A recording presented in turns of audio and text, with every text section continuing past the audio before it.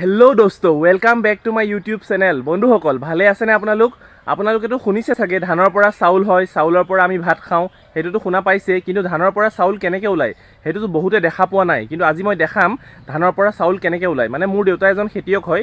এতিয়া মই ভঁৰালৰ পৰা অলপ ধানবোৰ উলিয়াইছোঁ, বস্তাত ভৰাই পেলাই মিললৈ লৈ যাম। মিলত ধানৰ পৰা চাউল কেনেকৈ হয় সেইটো আপোনালোকক দেখাম। এতিয়া মই মিলত ধান বনাম। তো ব'লক বন্ধুসকল, এই ভিডিঅ'টো ষ্টাৰ্ট কৰোঁ। এয়া চাওক বন্ধুসকল, 2 বস্তা ধান মই ভৰাই লৈছোঁ। এয়া 1 বস্তা, এয়া 1 বস্তা, 2 বস্তা ধান মই ভৰাই লৈছোঁ। এইখন চাইকেলত মই এতিয়া 2 বস্তা ধান লৈ যাম মেললৈ। মেলটো ইয়াৰ পৰা 1.5 কিলোমিটাৰমান দূৰ হ'ব। লৈ গৈ পেলাই তাত ধান বনাম। ধান বনোৱা আপোনালোকক দেখাম। ব'লক গৈ থাকোঁ। বাপৰে বাপ, বহুত গৰম লাগিল দেই। ঘামি জামি অৱস্থা নাই মোৰ। এতিয়া আহি পালোহি মেলটো। আহক দেখাওঁ আপোনালোকক মেলটো।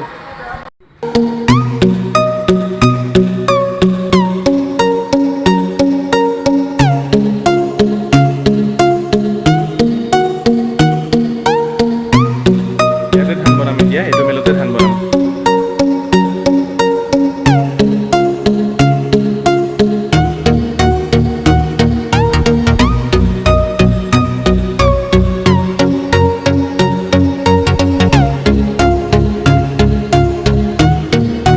কিমান ডাঙৰ চাওক মেলটো।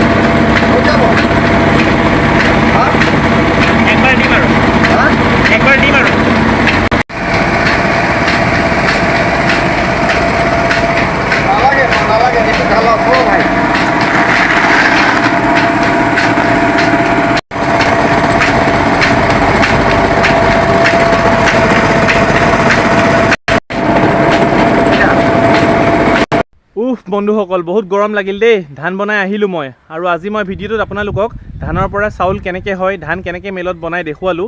যদি মোৰ ভিডিঅ'টো ভাল লাগিল তেনেহ'লে লাইক কৰিব আৰু চেনেলটো ছাবস্ক্ৰাইব কৰি দিব। এতিয়া মই ঘৰলৈ যাওঁ আৰু নেক্সট মই এটা সুন্দৰ টপিকৰ সৈতে সোনকালে আহি আছোঁ। এতিয়ালৈ বাই বাই বন্ধুসকল।